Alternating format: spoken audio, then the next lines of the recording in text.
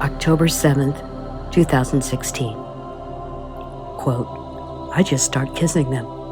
It's like a magnet. Just kiss. I don't even wait. And when you're a star, they let you do it. You can do anything. You can do anything. Whatever you want. Grab them by the pussy. I can do anything. Donald J. Trump. Leaked Access Hollywood tape. I text my husband. Donald Trump is toast.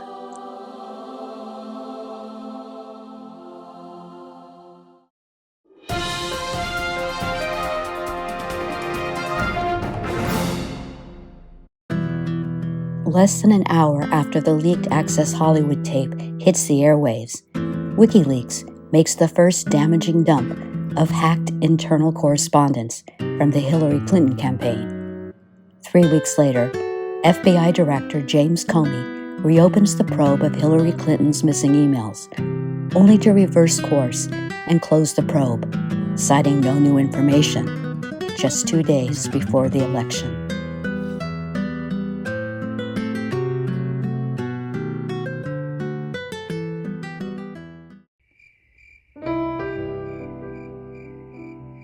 On election eve, despite the WikiLeaks dumps and Comey's actions, polls show that Hillary Clinton is still 3 to 4 points ahead of Donald Trump.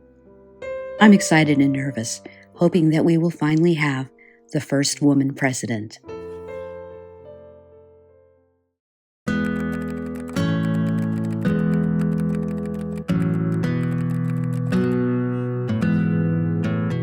Quote, wear a pantsuit on November 8th. You know why. Pantsuit Nation. November 8th, 2016. Election Day. The private Facebook group, Pantsuit Nation, now has 2.5 million members, myself among them, although I don't own a pantsuit. I once did, back in the shoulder pad power suit days. Hillary Clinton is a self-proclaimed pantsuit aficionado, so I will follow suit, improvising as I go to the polls to cast my vote.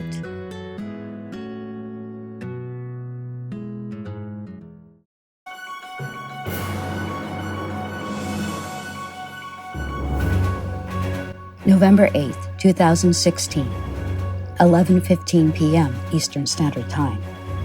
Donald Trump reaches 222 Electoral College votes as Hillary Clinton's pathway to victory narrows.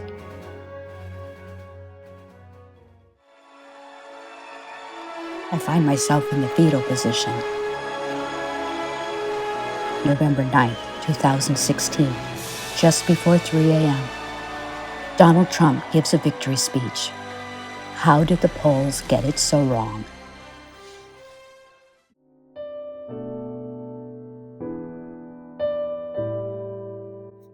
Our liberal-leaning neighborhood in the Los Angeles Hills has been adorned with Vote Hillary lawn signs for months. The neighbors next door put theirs against the white picket fence that separates the rose garden from the road. I like to see the signs up and down the street when I walk the dog. But when I step outside on Wednesday morning after the election, one of the signs has been thrown down, bent and dented, left crumpled on the sidewalk. Later in the day, Hillary gives her concession speech. Last night, I congratulated Donald Trump and offered to work with him on behalf of our country. I think about the crumpled lawn sign as she talks. It must be a hard speech for her to make. This is not the outcome we wanted or we worked so hard for, and I'm sorry that we did not win this election for the values we share and the vision we hold for our country. Our constitutional democracy enshrines the peaceful transfer of power. And we don't just respect that, we cherish it. The part that gets to me the most is when she says, quote, our campaign was never about one person or even one election. It was about the country we love and about building an America that's hopeful, inclusive, and big-hearted.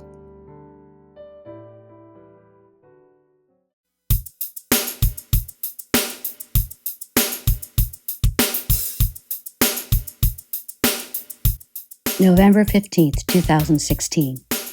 I pick up my daughter and her friend from tennis practice today. They tell me that they saw pictures of current-day swastikas in class.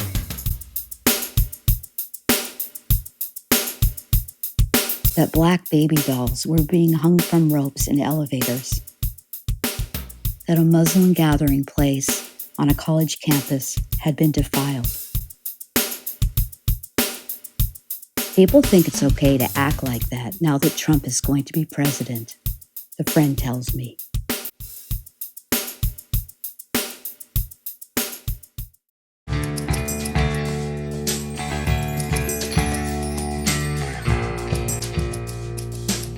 November 23rd, 2016.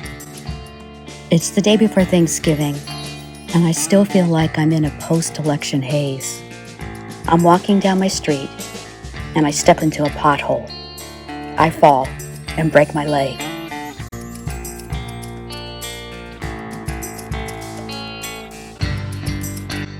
My husband has to cook the turkey.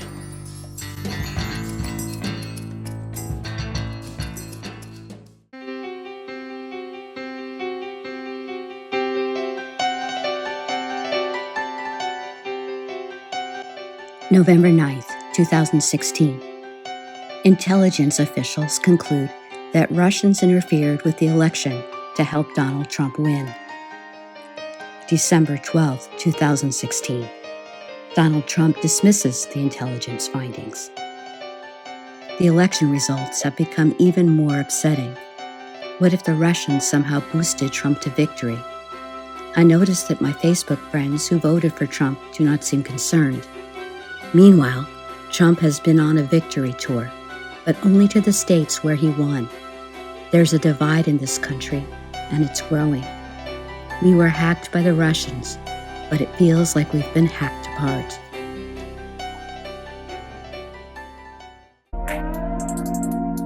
America the Beautiful and Mr. Big Bucks.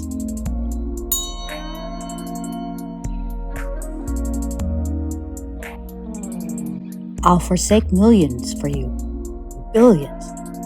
My intent, he said, is all about the great, not about the billions. Not that billions aren't great, but how much greater is this? She sighed. She could see the billions dancing in his eyes. She decided to ask him where he went when he wasn't with her. But he said, trust. Really, it's all about trust. America, you are beautiful, he purred to her. Cherished. Let's leave it at that. Trust played in his words like a sour note. She had more to lose than billions. There now, he looked at her just for the smallest moment, then turned away. Don't worry, he muttered. I'll get you something nice.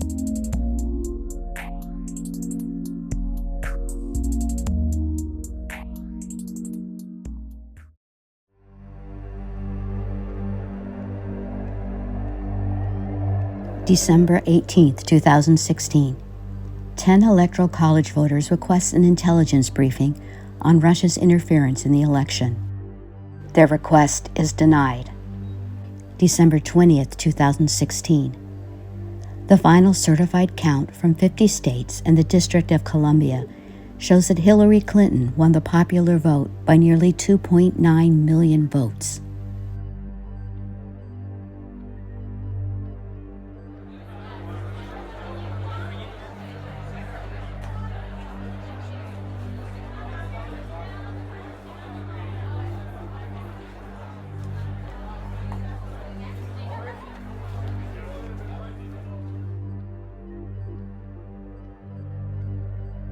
December 23rd, 2016. Vladimir Putin says of Donald Trump's victory, quote, nobody believed he would win except us.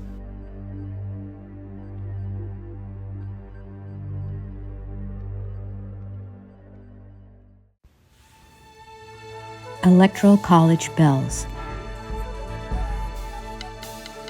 The bells ring across the land on this day when the Turkish ambassador falls, shot dead in a gallery hung with art.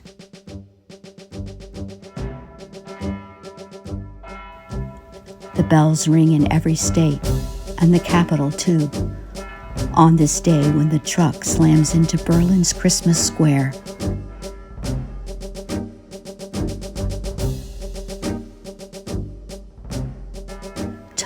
Tolling 51 times. Electoral college bells, but not for her, though she had more votes. Each vote now a silent bell on this day, when I dress in white like a suffragette and listen for the wind to catch the muted bells, freeing them to ring out one clear note. But I only hear the whispers. She will not be president.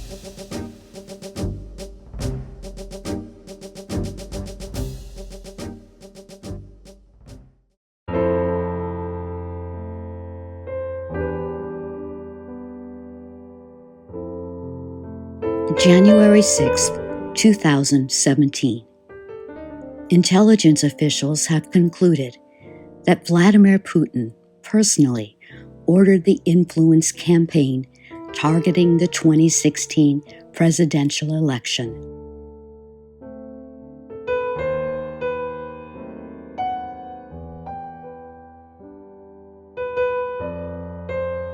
Top intel officials brief Trump that Russian operatives claim to have compromise on him.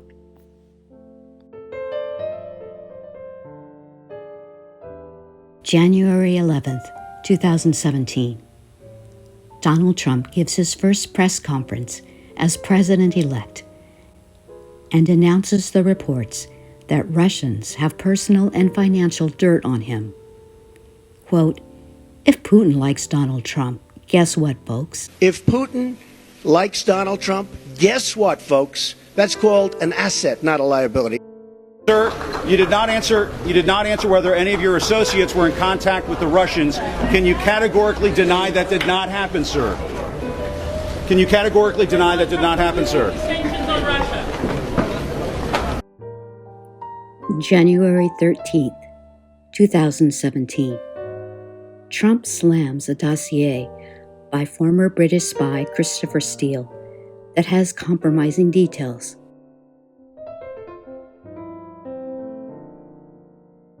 Steele is now in hiding, fearing retribution for his undercover work on Trump ties with Russia.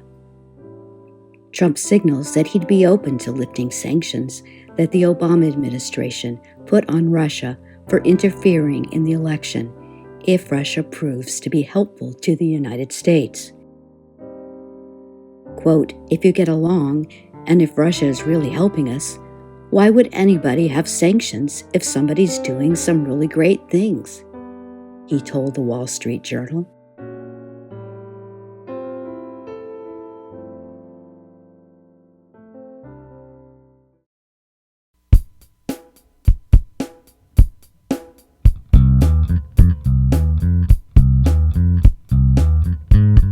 January 20th, 2017, Inauguration Day. Donald Trump enters the presidency with the lowest approval rating of any incoming president in modern times.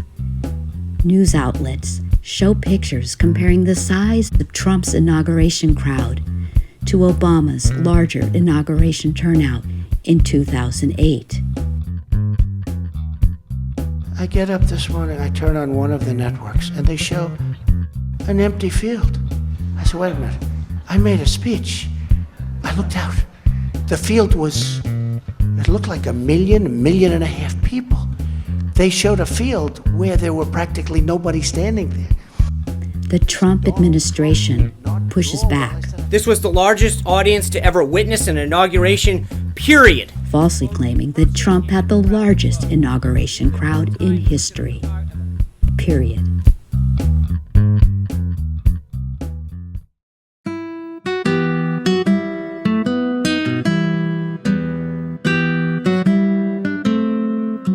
Melania Trump dresses in a blue Ralph Lauren ensemble for the inauguration ceremony.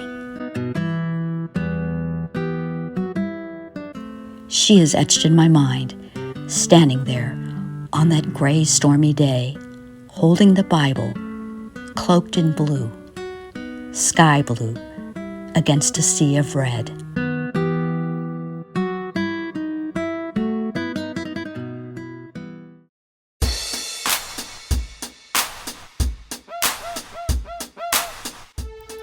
Quote, "This American carnage stops right here, right now. From this day forward, a new vision will govern our land."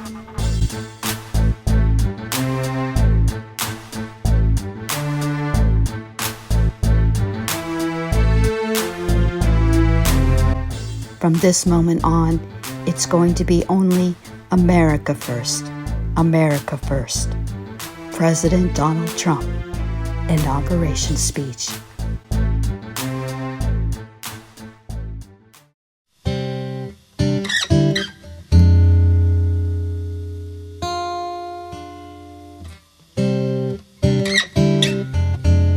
January 21st, 2017.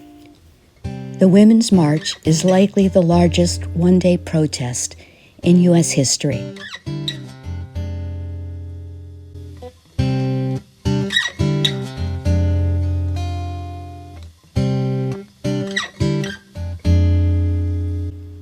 In Washington, D.C., roughly 3 times more people march in opposition to President Trump than the number of people who attended the inauguration. Marchers chant, "Welcome to your first day. We will not go away."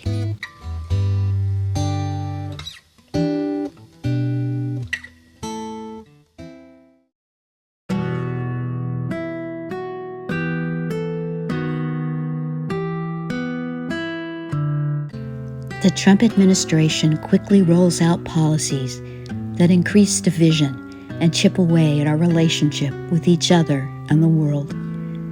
January 27, 2017. Trump signs an executive order banning all refugees and immigrants from 7 Muslim-majority countries for at least 90 days.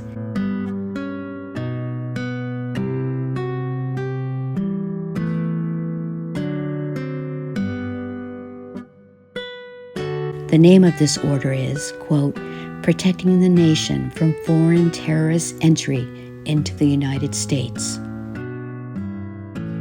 The order includes an indefinite ban on Syrian refugees fleeing their war-torn country.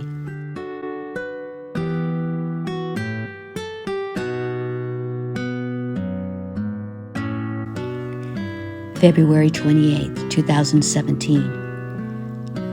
Trump signs an executive order to roll back the Obama administration's Clean Water Rule, which protects smaller waterways and wetlands.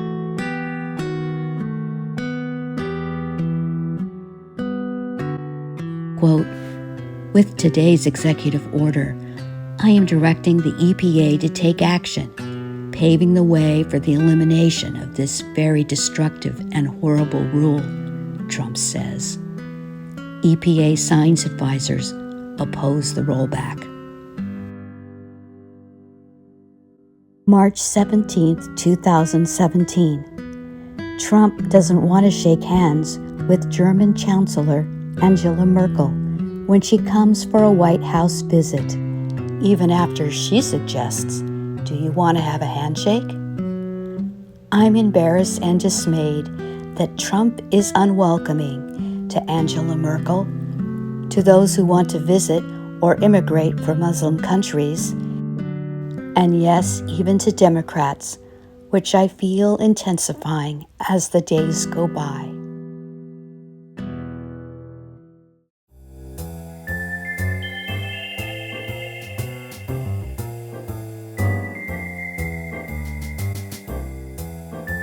February 13, 2017. National Security Advisor Michael Flynn resigns after he discloses that he spoke with Russian Ambassador Sergei Kislyak during the transition period before Trump assumed the presidency, when he didn't have the authority to do so.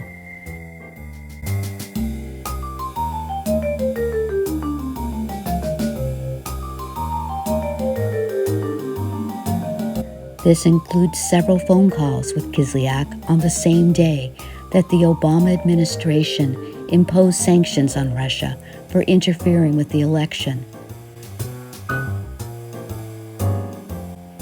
According to U.S. officials, Flynn told Kislyak that Russia should not overreact to the sanctions.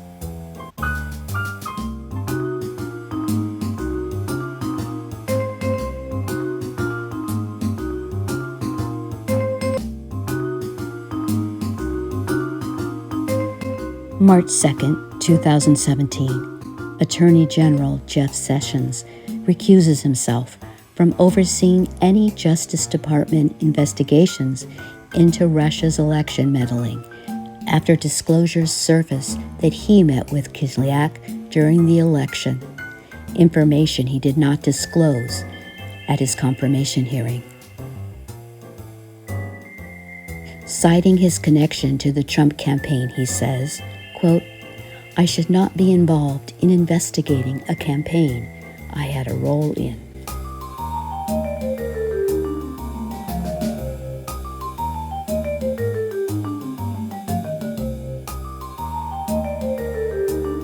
March 21, 2017, FBI Director James Comey testifies under oath before the House Intelligence Committee that there is an open FBI probe on whether Russia tried to influence the election and, quote, whether there was any coordination between the Trump campaign and Russia's efforts.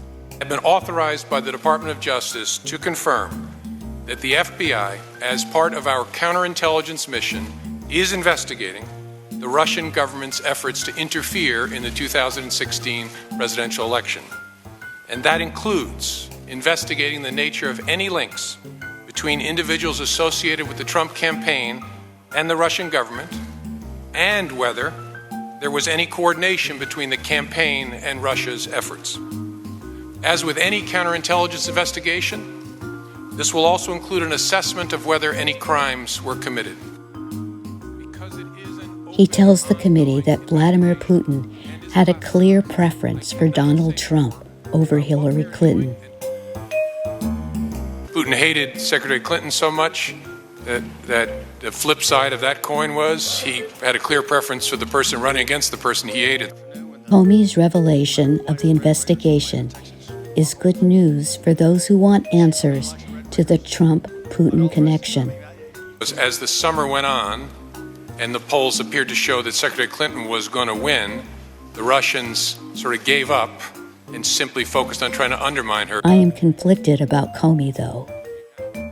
By reopening the probe into Hillary's emails right before the election, he may have been a contributing factor to her losing the presidency. But maybe Comey scores a few points with his testimony today as the cherry blossoms bloom and spring comes to Washington.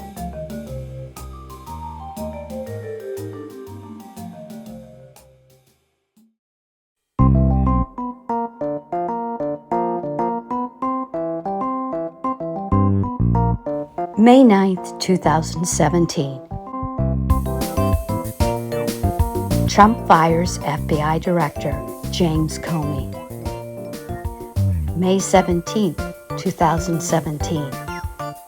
Former FBI Director Robert S. Mueller III is named as special counsel to oversee the investigation into Russia's interference in the election and any possible ties between Russia and the Trump campaign. Quote, "I accept this responsibility and will discharge it to the best of my ability," Mueller says.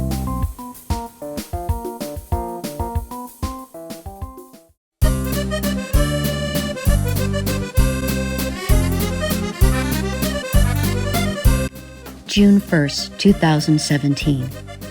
Trump announces from the White House Rose Garden that the United States will withdraw from the Paris Climate Accord, an international effort to curb climate change. Thus, as of today, the United States will cease all implementation of the non-binding Paris Accord and the draconian financial and economic burdens the agreement imposes on our country. His action runs counter to 2/3 of Americans who want the government to ramp up efforts to address climate change, according to a Pew Research poll. As someone who cares deeply about the environment, which I do, I cannot in good conscience support a deal that punishes the United States, which is what it does. Trump has called climate change a hoax. His rejection of the Paris Accord sets off national and international outrage and criticism.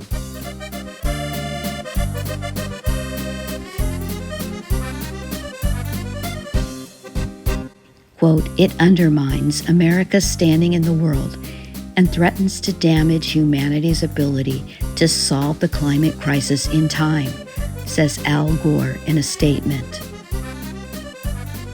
Trump calls the media fake news when it reports things that are critical of him.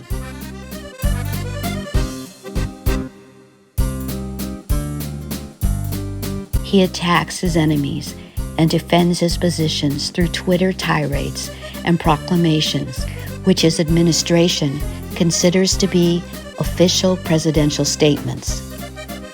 For many Americans, these tweets are a form of cyberbullying that often promote misinformation, conspiracy theories, and lies.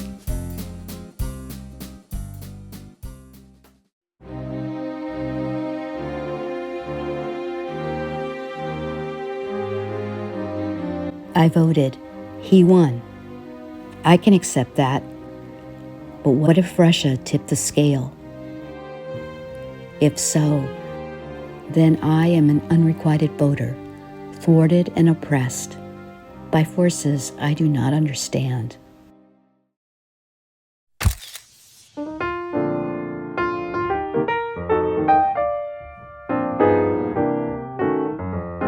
The truth seekers line the Fourth Estate with their armory of facts and sources to poke and prod and peel away the layers of deception.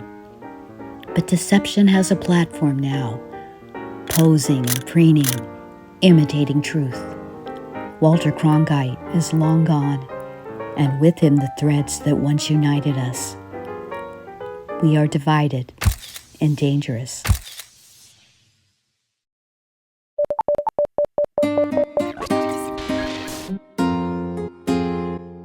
Red and blue, like a wound now. I look to Congress for triage, but find it tied up in a million knots, like a prisoner of war, unable to move. I am bleeding red. You watch me until my blue veins run dry.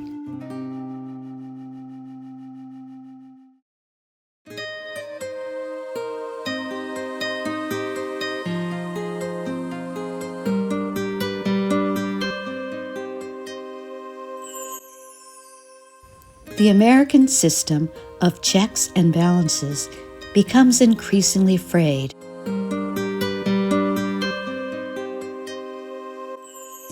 As Republicans in the legislative branch seem unwilling to check the president when he busts through Democratic norms, nothing seems to temper Trump's behavior or bolster his respect for institutions, such as the intelligence community and the Justice Department.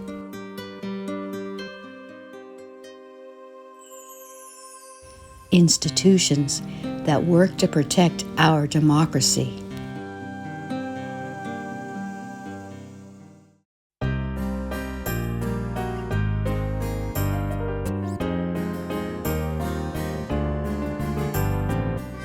July 11th, 2017.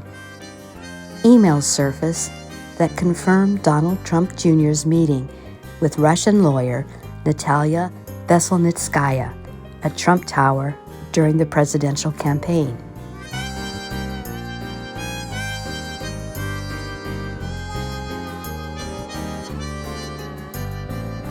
In one of the email exchanges with entertainment publicist Rob Goldstone, who facilitated the meeting, Goldstone writes that, quote, the Crown Prosecutor of Russia, unquote, could give the Trump campaign some official documents and information that would incriminate Hillary and her dealings with Russia and would be very useful to your father. This obviously is very high level and sensitive information, but it is part of Russia and its government support for Mr. Trump, unquote. 17 minutes later, Don Jr. emails back, if it's what you say, I love it, especially later in the summer.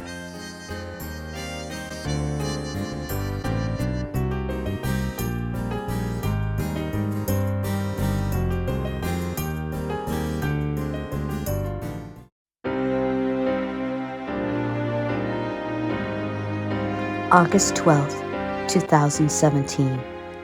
Violence breaks out during the Unite the Right rally in Charlottesville, Virginia.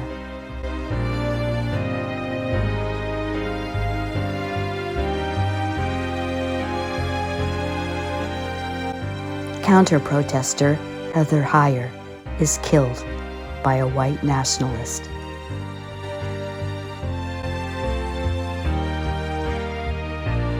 Three days later, Trump shocks the nation with the reaction to the incident that many feel is a dog whistle to summon his base when he says there were, quote, very fine people on both sides. Jews will not replace us! Jews will not replace us! July 13th, 2017. Heather Heyer's friend tells CNN, we were against hate. That's what we were against. This is our city. We work here, we live here, and we didn't want neo-Nazis and alt-right and racists to come into our city and think they could spread freely their hate and their bigotry and their racism. We wanted to let them know that we were about love, and that's what Heather stood for.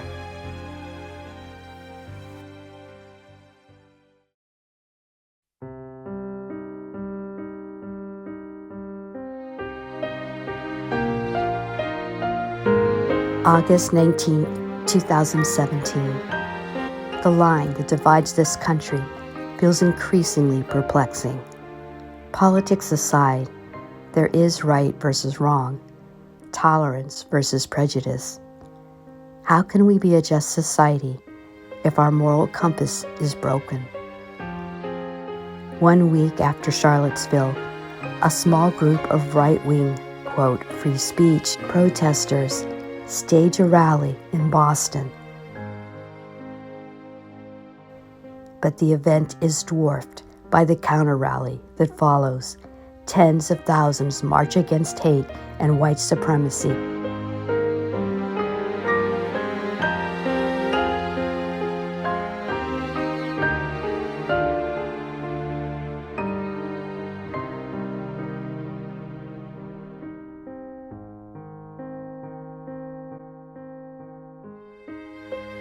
It is heartening to see.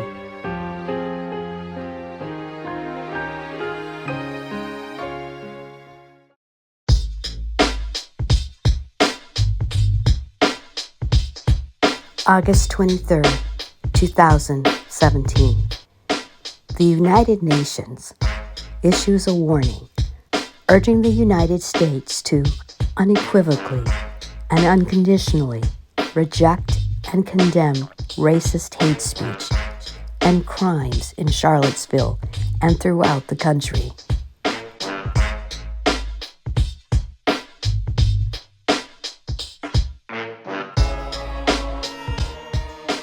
The UN is calling us out. This is a shameful time in America.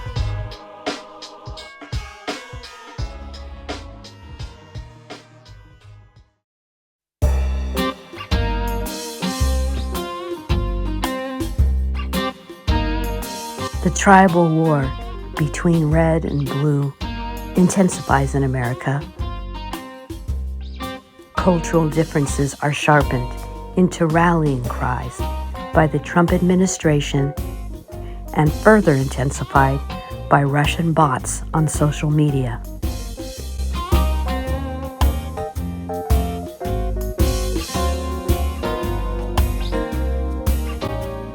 Social media companies testify to Congress that as many as 126 million Americans, more than half the total U.S. voting population, may have been exposed to Russian-backed content on Facebook during and after the 2016 presidential campaign.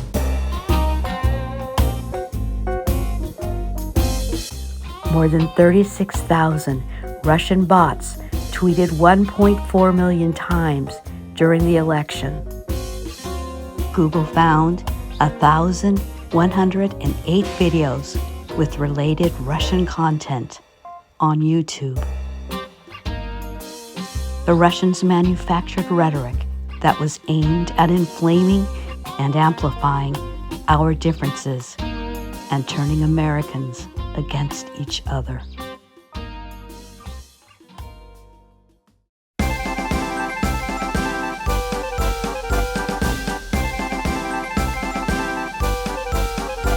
September 26, 2017.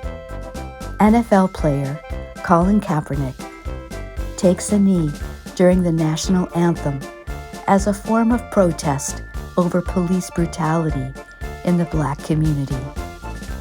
Instead of acknowledging that we must mitigate the violence perpetuated against our Black youth by some in the police force, the president sees fit to stoke a culture war. He pits us against each other, like teams on a football field, where one team is the patriotic team and one is not. But this is not the truth.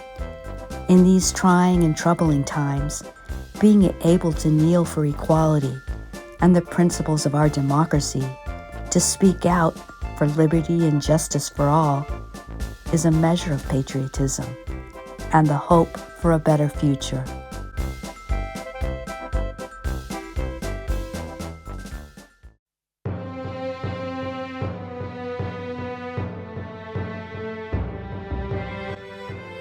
The fall of 2017 is a turbulent time.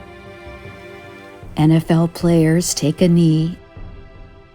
The Me Too movement explodes.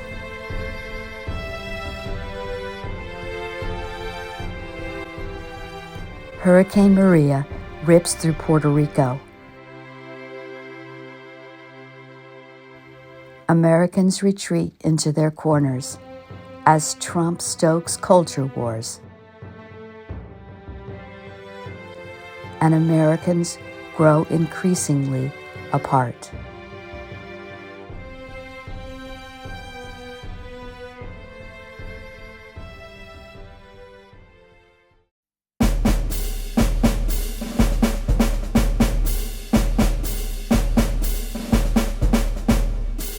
September 19th, 2017. Trump rages against North Korean leader Kim Jong-un with inflammatory language in his first speech at the United Nations.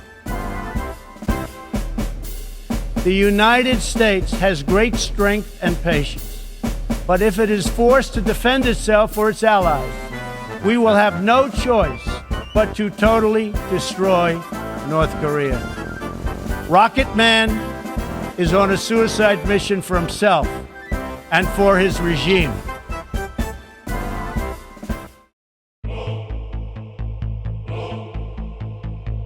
Trump pumps up his loyal base with red meat rhetoric. But what about the rest of us? He doesn't bother with Blue America. He disparages Democrats and finds numerous ways to divide the country.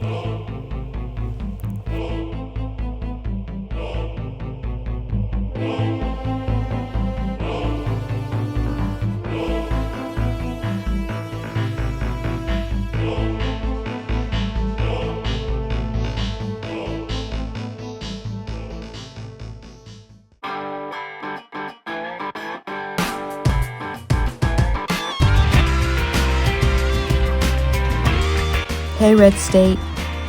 It's me, your cousin, from the blue state down the road.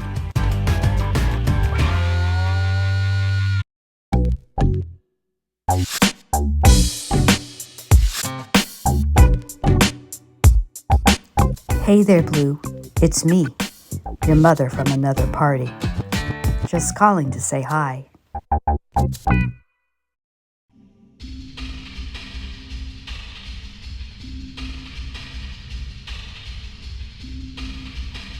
We talk in red words or blue words. We hear red words or blue words.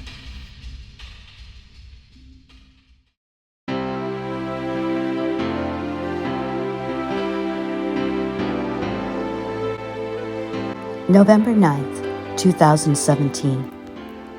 It's been 1 year since Donald Trump gave his victory speech and said these words, quote, Now it's time for America to bind the wounds of division, have to get together.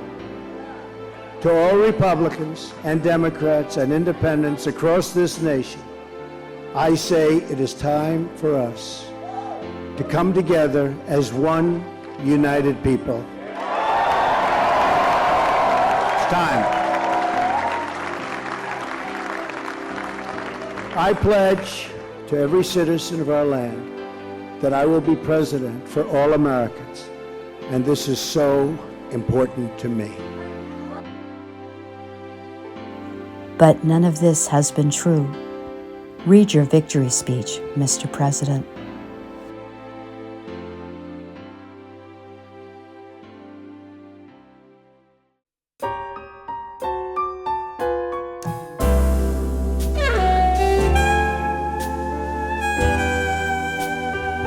My grandmother had a framed picture of President Ronald Reagan that hung over the washing machine.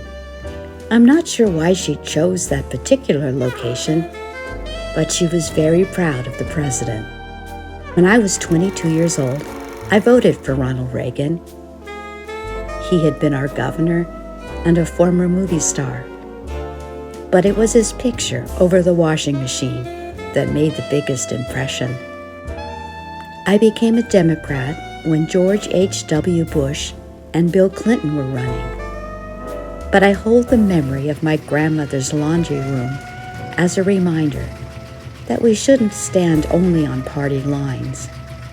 If we can reduce the spin cycle and work together, it'll all come out in the wash.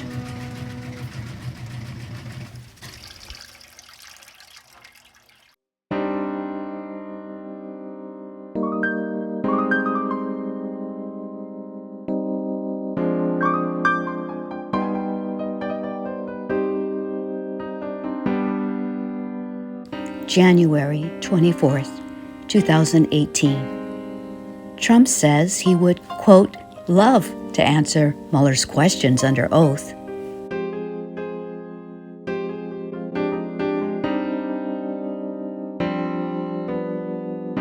In fact, he says he's looking forward to it.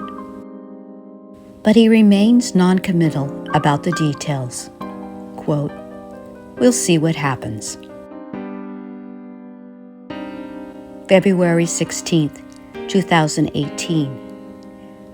Mueller indicts 13 Russian nationals for allegedly seeking to interfere in our political system. They are charged with conspiracy to defraud the United States. March 15th, 2018. Robert Mueller subpoenas the Trump administration to turn over documents pertaining to Russia.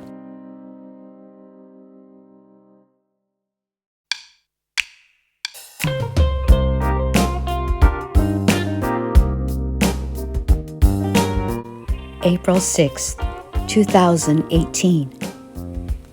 It's a beautiful spring day in the nation's capital. One vendor sells tiny pies, and another has March for Our Lives t-shirts.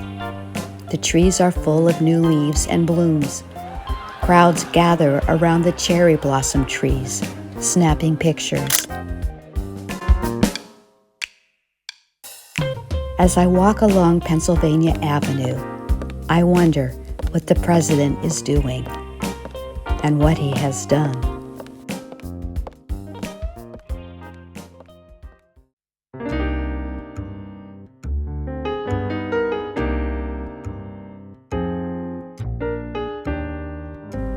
I had hoped that Trump, the builder, would at least do something to help our infrastructure, like he promised in his inauguration speech.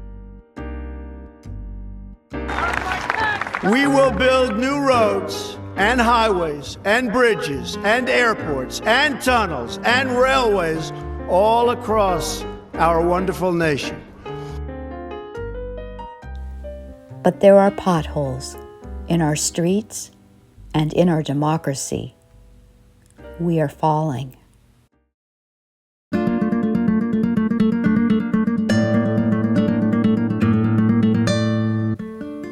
June 15, 2018. Under the Trump administration's zero-tolerance policy, children have been taken from parents who illegally cross the southern U.S. border.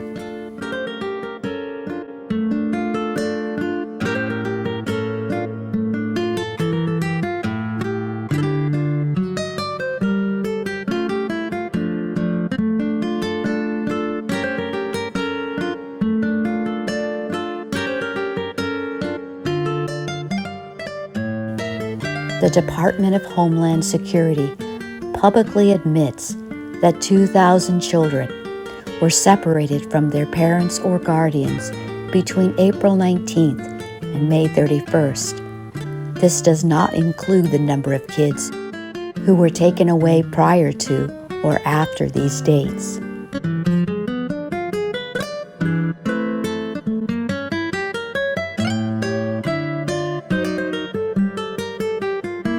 While their parents are jailed and awaiting a hearing, the children reside in refugee resettlement shelters, where they are often caged in chain-link pens. Parents are given no information about the whereabouts of their children, and the government did not create a system to track and reunite the children with their families.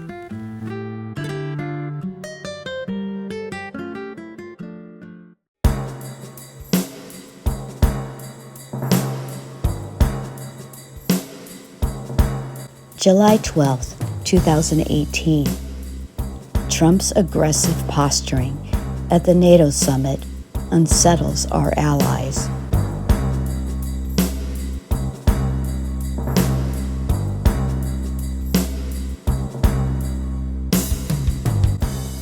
July 16th. At the Trump-Putin summit in Helsinki, Trump sides with Putin, not the U.S. intelligence community, over Russia's interference in the election.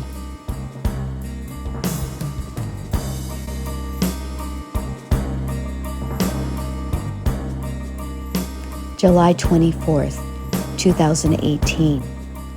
Donald Trump says, quote, "Just remember, what you are seeing and what you are reading is not what's happening."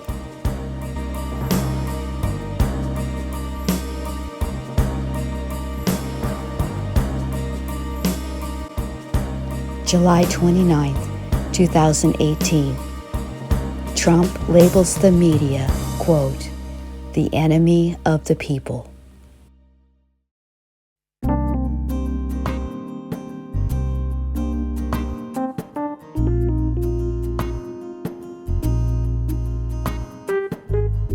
"I am watching," said Star to Stripes. "I see many reasons for concern." "I am worried," Stripes told her partner Star. "Now what?" August 21st, 2018. Longtime Trump fixer and lawyer Michael Cohen pleads guilty to campaign finance charges for facilitating hush money payments to two women so they would not talk about their alleged affairs with Trump. The payments were made, quote, at the direction of the candidate, Cohen says.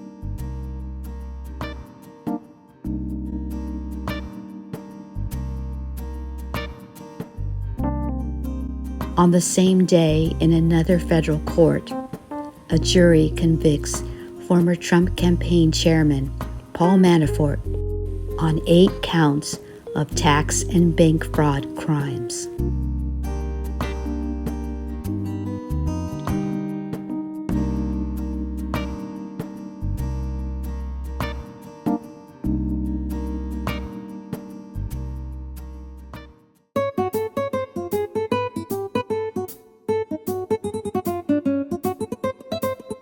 September 5th, 2018. An op-ed under the name Anonymous is published in the New York Times. Anonymous is described as a senior official working in the Trump administration. The words are chilling. The bigger concern is not what Mr. Trump has done to the presidency, but rather what we as a nation have allowed him to do to us. We have sunk low with him and allowed our discourse to be stripped of civility.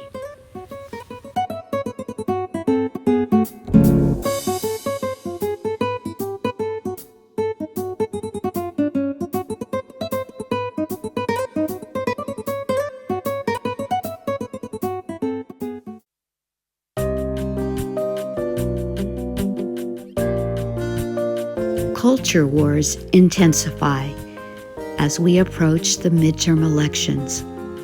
Trump seems to revel in the divide, pushing our buttons, creating spectacle out of our differences. He sends us chasing after shiny objects that distract us and fracture our common good.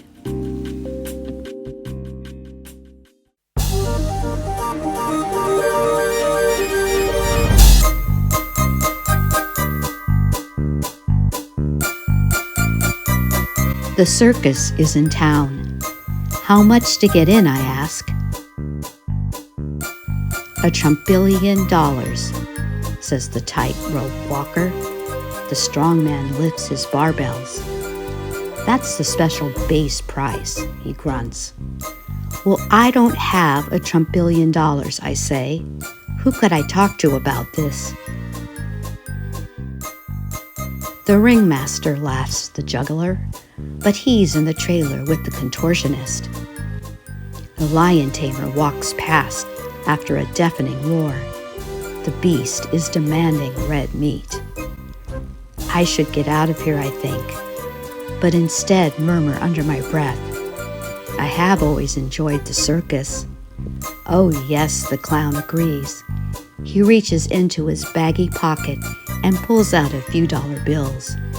They are spray-painted gold, with gold on his fingertips too. Here, he says, it's on me. I take the bills and turn them over. Isn't that the president's face, I ask? Above me comes shouting as the trapeze swings past. If I don't catch you, you will fall. I turn to the tightrope walker, now balanced with hands outstretched. I give her the golden bills. It seems to be expected. She sings while she flits away. Money, money, money, money.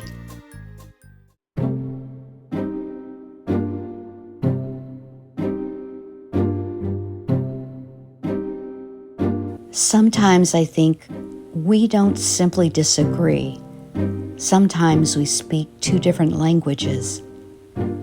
I would like to wrap myself in the blanket of our common threads. But what are they?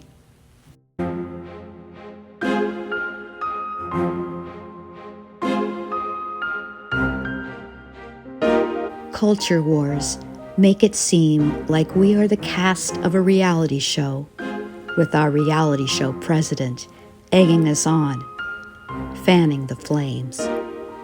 It's disheartening when we scream and claw at each other. Our politics exploit that.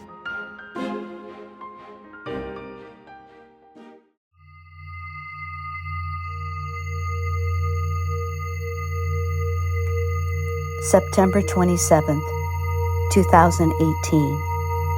Christine Blasey Ford testifies before the Senate Judiciary Committee, detailing her allegations that Supreme Court nominee Brett Kavanaugh sexually assaulted her when they were teens.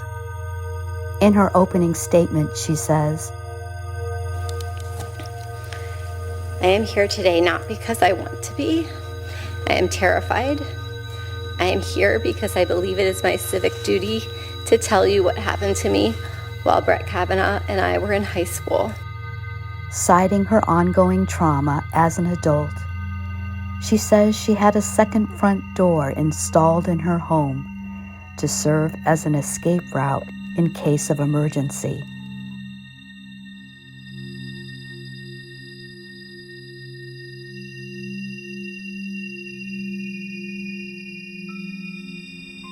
Her testimony is polarizing in our highly polarized country.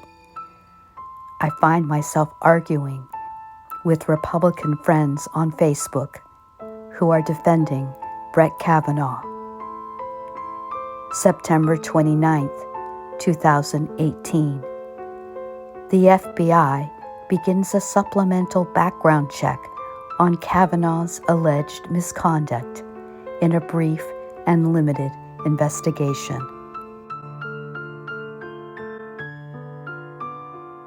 October 6th, 2018. Brett Kavanaugh is confirmed by a 50-48 vote in the Senate. It is the narrowest margin of approval for a new Supreme Court justice since 1881. I, Brett M. Kavanaugh, do solemnly swear that I will administer justice without respect to persons. that I will administer justice without respect to persons.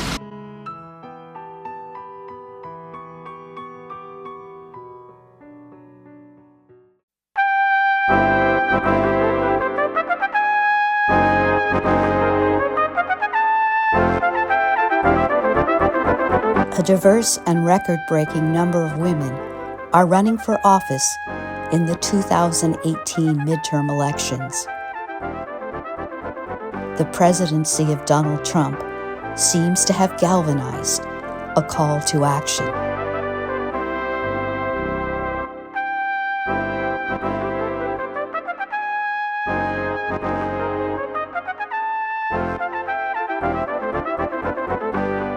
November 6th, 2018.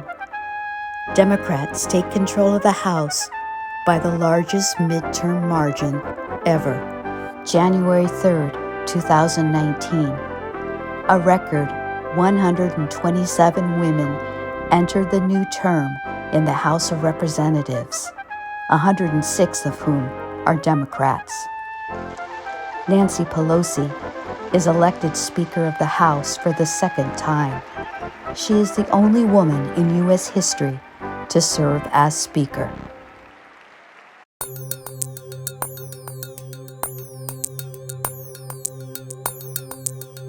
January 9th, 2019. In a publicly disclosed court document, and due to a redaction error, we learned that former Trump campaign manager Paul Manafort shared internal campaign polling information with a suspected Russian intelligence officer. January 25th, 2019.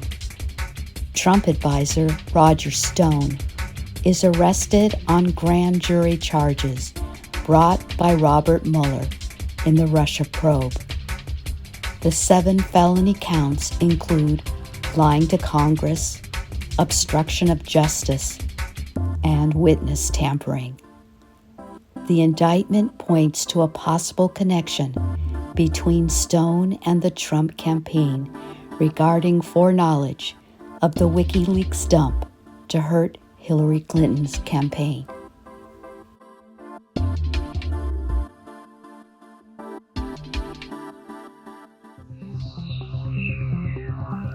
February 6, 2019. The House Intelligence Committee, under the leadership of Committee Chairman Adam Schiff, launches an investigation into alleged Trump ties with Russia, including reports of money laundering and financial compromise. Quote, "We're going to do our jobs, and the president needs to do his," Schiff says. "Our job involves making sure that the policy of the United States is being driven by the national interest, not by any financial entanglement, financial leverage, or other form of compromise."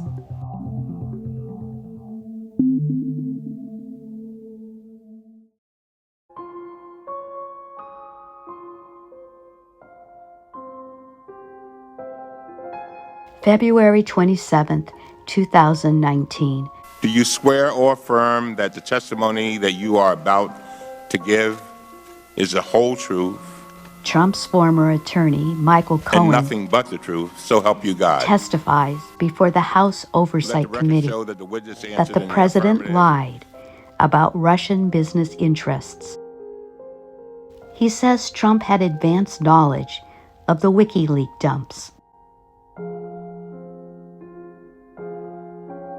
I am ashamed that I chose to take part in concealing Mr. Trump's illicit acts rather than listening to my own conscience.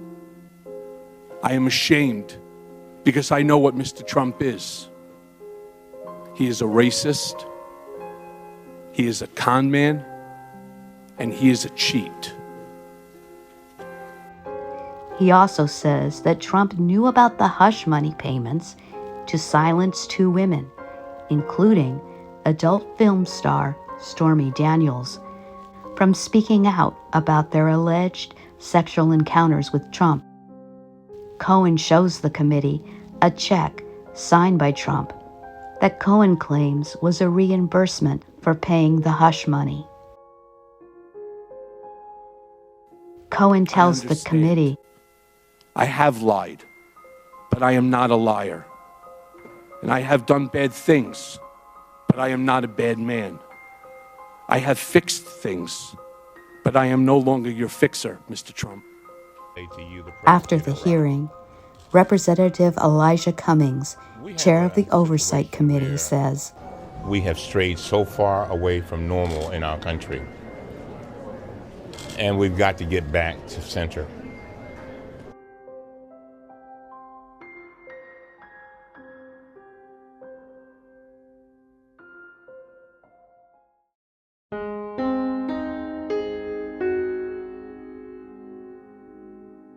March 18th, 2019. Tired of all the tribalism. I'm worn down by the hatefulness, the counter-punching, the divisiveness. Dreaming of a more collegial time. You might not believe this, but I miss you, Red America. Can't we be friends?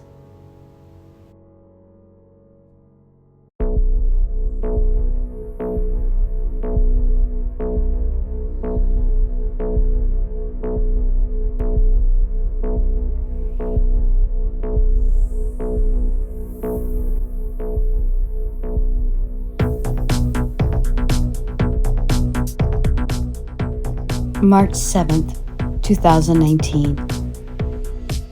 Trump's former campaign manager, Paul Manafort, receives a short sentence for tax and bank fraud crimes uncovered during Mueller's investigation.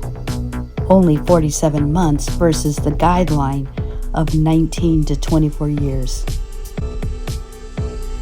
The judge said that Manafort had, quote, an otherwise blameless life.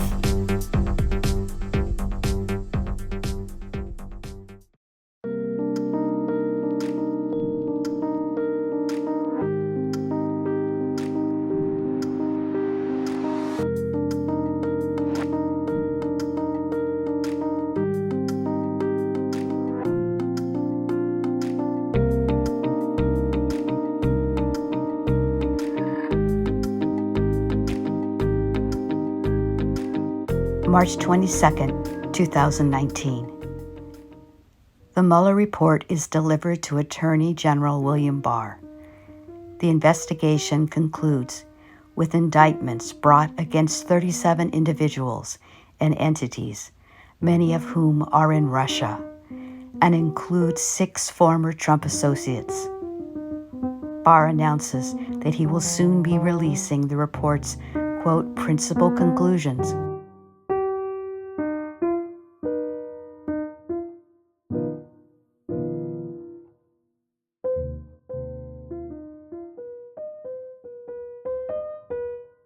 Barr delivers a 4-page summary of the report to Congress and the public. He outlines the findings, stating that Mueller was unable to establish collusion between the Trump campaign and the Russians.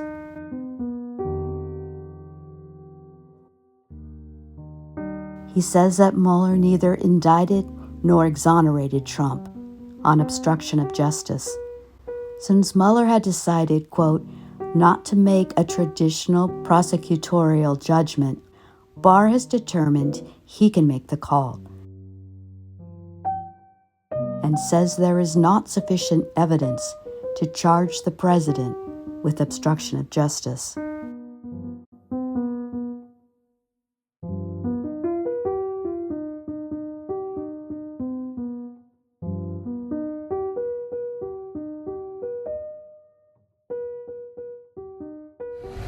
It was just announced there was no collusion with Russia, the most ridiculous thing I've ever heard.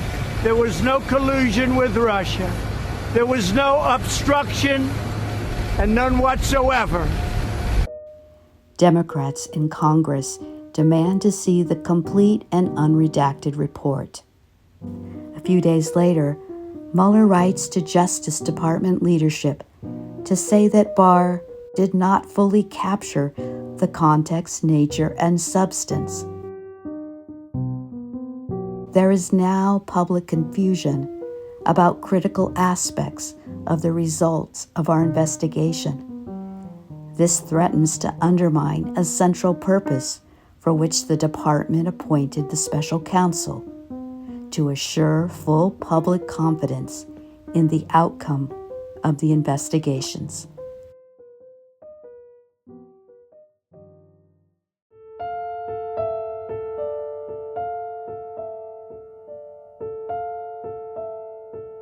March 28, 2019. Adam Schiff, Chair, Intelligence Committee. My colleagues may think it's okay that the Russians offered dirt on the Democratic candidate for president as part of what was described as the Russian government's effort to help the Trump campaign. You might think that's okay. My colleagues might think it's okay that when that was offered to the son of the president, who had a pivotal role in the campaign, that the president's son did not call the FBI. He did not adamantly refuse that foreign help. No, instead, that son said that he would love the help of the Russians. You might think it's okay that Paul Manafort, the campaign chair, someone with great experience in running campaigns, also took that meeting. You might think it's okay that the president's son-in-law also took that meeting. You might think it's okay that they concealed it from the public. You might think it's okay that their only disappointment after that meeting was that the dirt they received on Hillary Clinton wasn't better. You might think that's okay. You might think it's okay that when it was discovered a year later that they lied about that meeting and said it was about adoptions. You might think it's okay that the president is reported to have helped dictate that lie. You might think that's okay. I don't. You might think it's okay that the campaign chairman of a presidential campaign would offer information about that campaign to a Russian oligarch in exchange for money or debt forgiveness. You might think that's okay. I don't. You might think it's okay that that campaign chairman offered polling data, campaign polling data to someone linked to Russian intelligence. I don't think that's okay. You might think it's okay that the president himself called on Russia to hack his opponent's emails if they were listening. You might think it's okay that later that day, in fact, the Russians attempted to hack a server affiliated with that campaign. I don't think that's okay. You might think that it's okay that the president's son-in-law sought to establish a secret back channel of communications with the Russians through a Russian diplomatic facility. I don't think that's okay. You might think it's okay that an associate of the president made direct contact with the GRU through Guccifer II and WikiLeaks and is considered a hostile intelligence agency. You might think that it's okay a senior campaign official was instructed to reach that associate and find out what that hostile intelligence agency had to say in terms of dirt on his opponent. You might think it's okay that the National Security Advisor designate secretly conferred with a Russian ambassador about undermining U.S. sanctions, and you might think it's okay he lied about it to the FBI. You might say that's all okay. You might say that's just what you need to do to win. But I don't think it's okay. I think it's immoral. I think it's unethical. I think it's unpatriotic. And yes, I think it's corrupt and evidence of collusion. Now, I have always said that the question of whether this amounts to proof of conspiracy was another matter. Whether the special counsel could prove beyond a reasonable doubt the proof of that crime would be up to the special counsel, and I would accept his decision, and I do. He's a good and honorable man, and he is a good prosecutor. But I do not think that conduct, criminal or not, is okay. And the day we do think that's okay is the day we will look back and say that is the day America lost its way.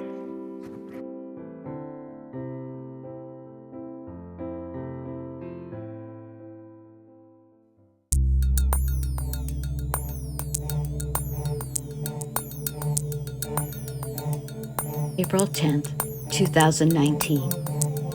While we wait for Barr to release the full Mueller report to Congress, Barr testifies in a Senate hearing that he believes the Trump campaign was spied on.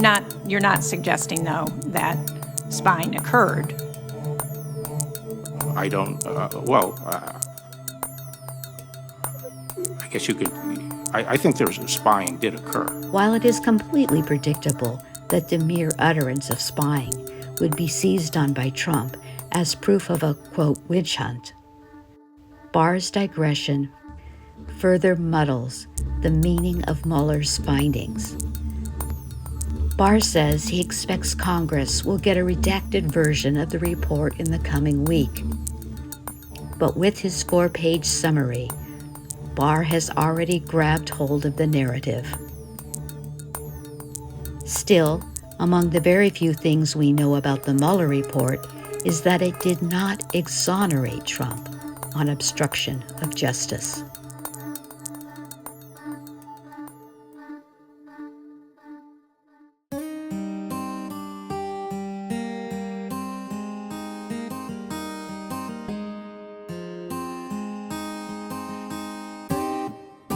April 17th, 2019. Why is Barr going to hold a press conference before he releases the Mueller report? Why isn't Mueller or any of his team included in the release of the report? According to the New York Times, the White House has already had numerous conversations with the Department of Justice on Mueller's findings. The central concern here is that the Attorney General Barr is not allowing the facts of the Mueller report to speak for themselves, but is trying to bake in the narrative about the report to the benefit of the White House. We don't want spin. We don't want redactions that black out key findings. We want the truth.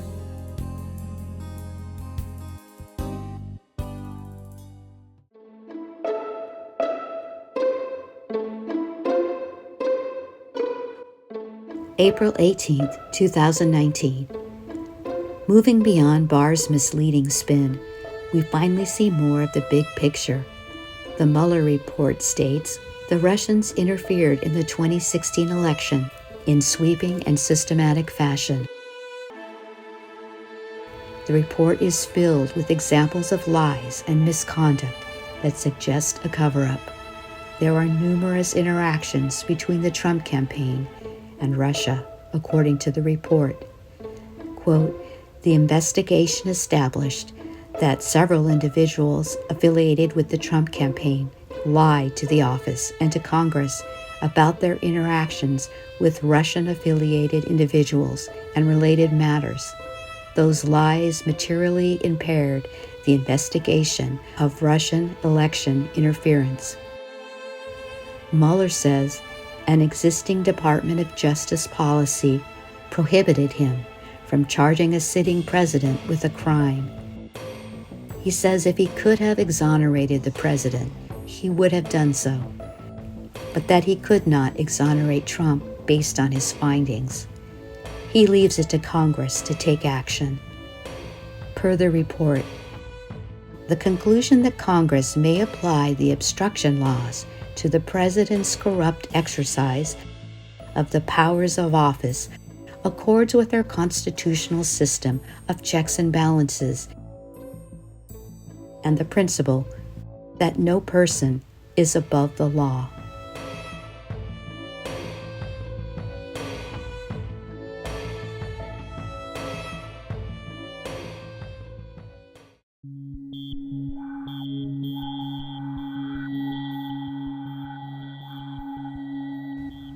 We do not know what has been obstructed, the facts that could not be gathered, the events hidden away from public scrutiny. Trump and his administration are using obstruction like a weapon to keep us from learning the truth.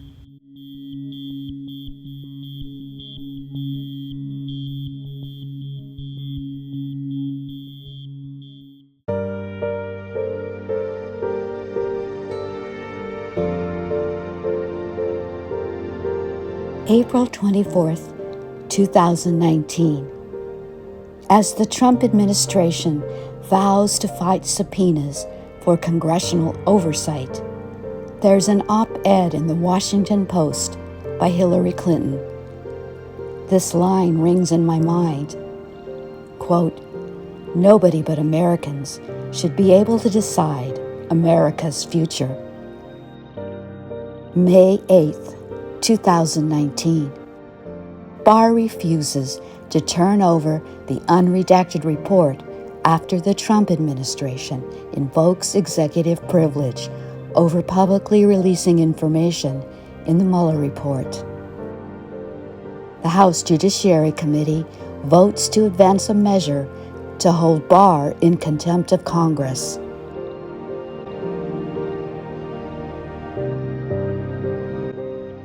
As the crisis escalates over broken constitutional norms, there is increasing pressure on House Democrats to begin impeachment proceedings.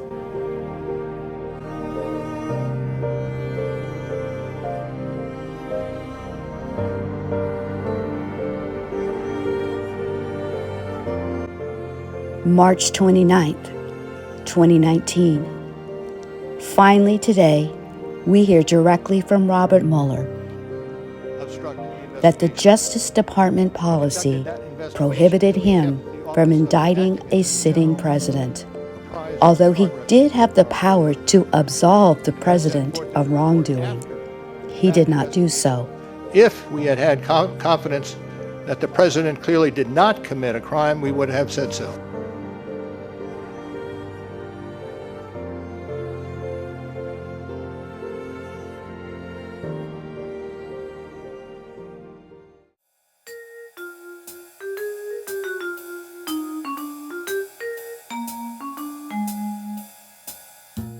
June 10th, 2019.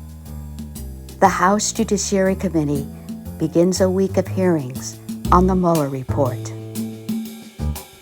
John Dean, who served as White House counsel to Richard Nixon before becoming a Watergate witness, cites parallels between Watergate and the Mueller investigation. The last time I appeared before your committee was July 11, 1974. during the impeachment inquiry of Richard Nixon. I accepted the invitation to come here today because I hope I can give a little historical perspective on the Mueller report. Special Counsel Mueller has provided this committee with a roadmap. And then 2 days later, your campaign this time around, if foreigners, if Russia, if China, if someone else offers you information on an opponent, should they accept it or should they call the FBI? I think maybe you do both. I think you might want to listen. There's nothing wrong with listening. If somebody called from a country, Norway, we have information on your opponent, I think I'd want to hear it. You want that kind of interference in our elections? It's not an interference. in an interview from the Oval Office with George Stephanopoulos of ABC News, President Trump says that he'd be open to getting foreign dirt on an election opponent.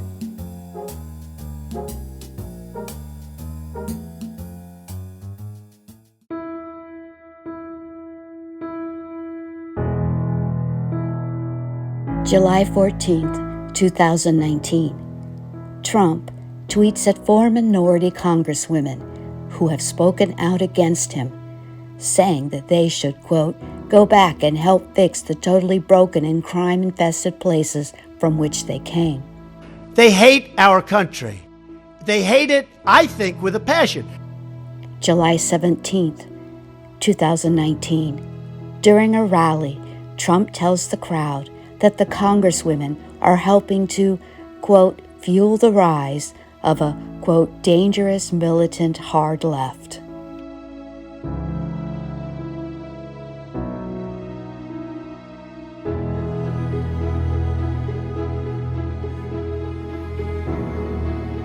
The president says they do not love America.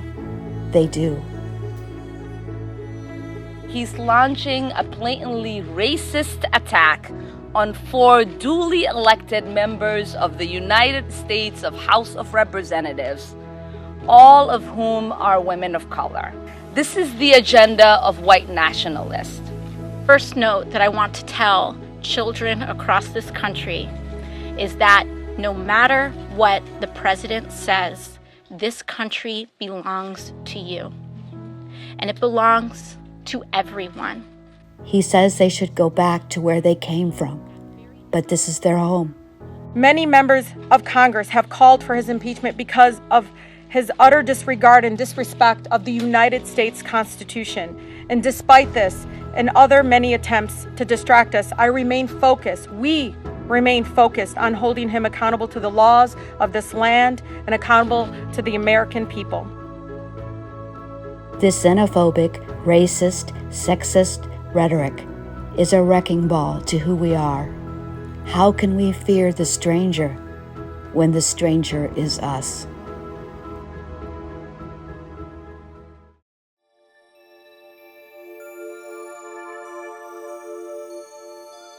July 24th, 2019.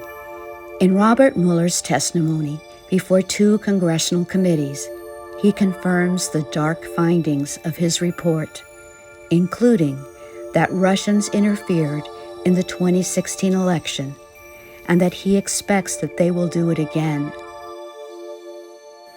Is this, in your investigation, did you think that this was a single attempt by the Russians to get involved in our election, or did you find evidence to suggest they'll try to do this again? No, it wasn't a single attempt. They're doing it as we sit here. And they expect to do it during the next campaign.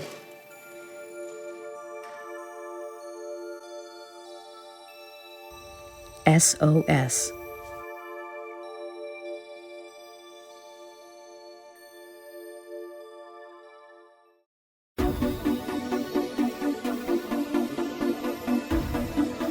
September 23rd, 2019. Donald Trump must know by now that seeking election interference from a foreign government is a serious and impeachable breach of the Constitution. Yet, here we go again. After an anonymous U.S. intelligence official filed a whistleblower complaint, details began to emerge of how Trump used the power of the presidency to implore the president of Ukraine, Vladimir Zelensky, to dig up dirt on Trump's 2020 presidential rival, Joe Biden. Trump leaned on Zelensky multiple times during a phone call a week after he ordered a hold on almost $400 million of Congress-appropriated military aid to help Ukraine defend itself against Russian aggression. September 24, 2019. Speaker of the House Nancy Pelosi announces the official start of an impeachment inquiry against Trump to investigate the allegations that he sought help from a foreign power to hurt his political rival. This is a breach of his constitutional responsibilities. The president has admitted to asking the president of Ukraine to take actions which would benefit him politically. The actions of the Trump presidency revealed the dishonorable fact of the president's betrayal of his oath of office, betrayal of our national security, and betrayal of the integrity of our elections. Therefore, today, I'm announcing the House of Representatives moving forward with an official impeachment inquiry.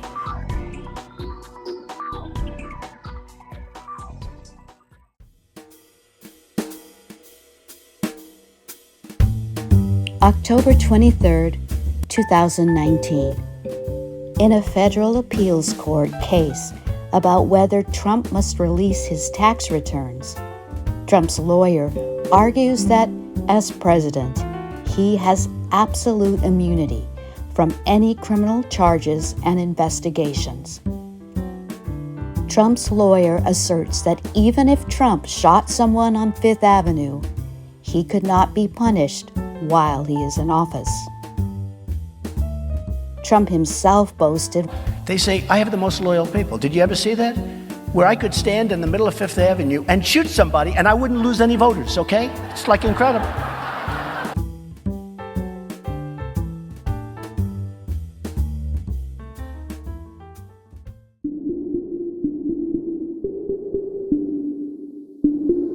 October 31st, 2019. The House passes a resolution to formalize the impeachment inquiry into President Trump's dealings with Ukraine.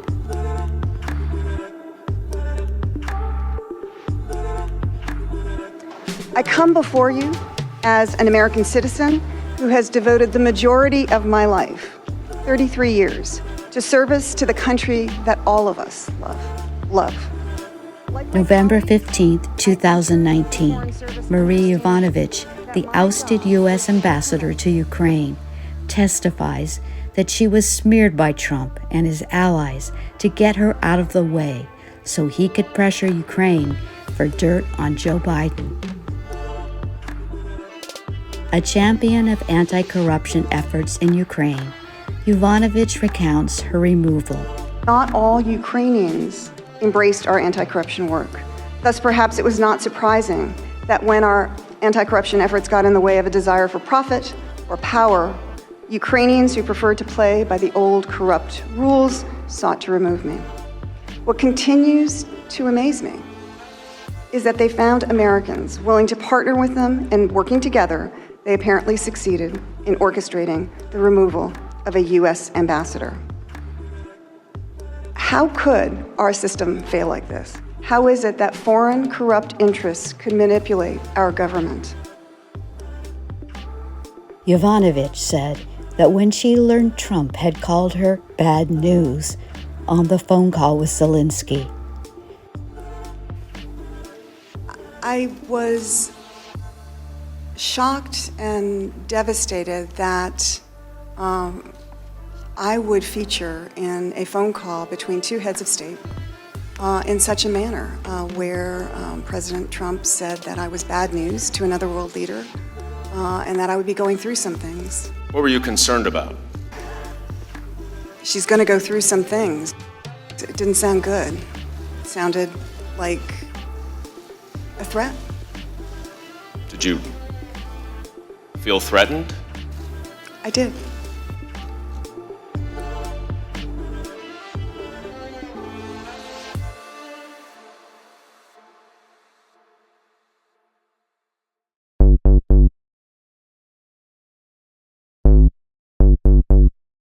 November 20th, 2019. Trump's European Union ambassador, Gordon Sondland, says he believes Trump wanted to make Zelensky's desired White House visit contingent on launching an investigation into Joe Biden and his son Hunter's dealings in Ukraine.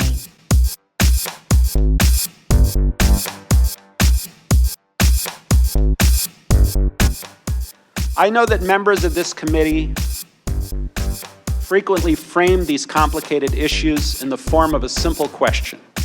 Was there a quid pro quo? As I testified previously, with regard to the requested White House call and the White House meeting, the answer is yes. Is this kind of a 2 + 2 = 4 conclusion that you reached? Pretty much. Is the only logical conclusion to you that, given all of these factors, that the aide was also a part of this quid pro quo? Yep.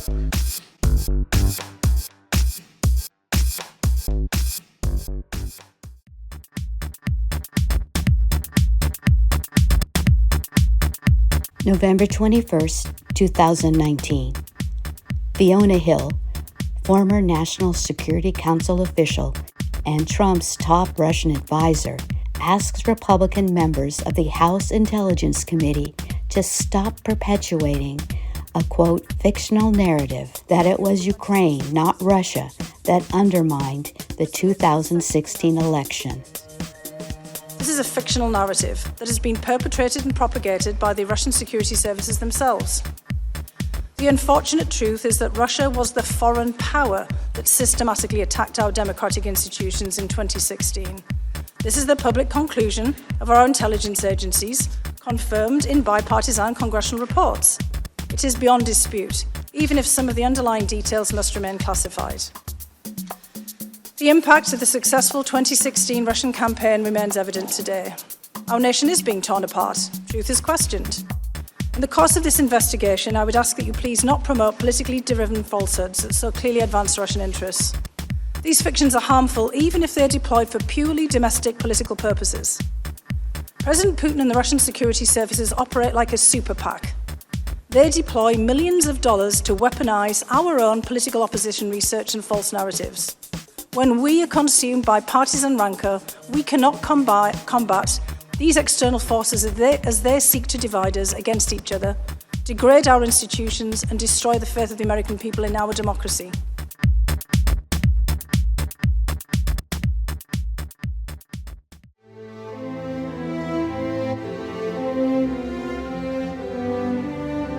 Some days, a patriot is all we need to remind us who we are, coming forward, duty-bound, to tell the truth. I believe that those who have information that the Congress deems relevant have a legal and a moral obligation to provide it. Stepping between the red and blue to tell us what they know. I am not here to take one side or the other, or to advocate for any particular outcome of these proceedings. The fact witnesses, sworn in to sit before us, unaccustomed, uncomfortable, undeterred. In the spring of 2019, I became aware of two disruptive actors, primarily Ukraine's then prosecutor Yuri Lutsenko and former Mayor Rudolph Giuliani, President's personal attorney, promoting false narratives that undermined the United States-Ukraine policy. They, these public servants, upholding their oath to country, to democracy, to us. My service is an expression of gratitude for all that this country has given to me and to my family. They bear witness, even when threatened, maligned, and cursed. I also said I think it's crazy to withhold security assistance for help with the political campaign. They stand proud in the name of patriotism to protect America.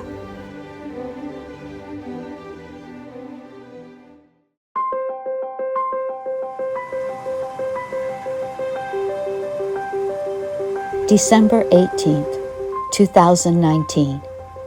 Donald Trump is impeached by the democratically led House of Representatives. January 16th, 2020. Trump's impeachment trial in the Senate begins.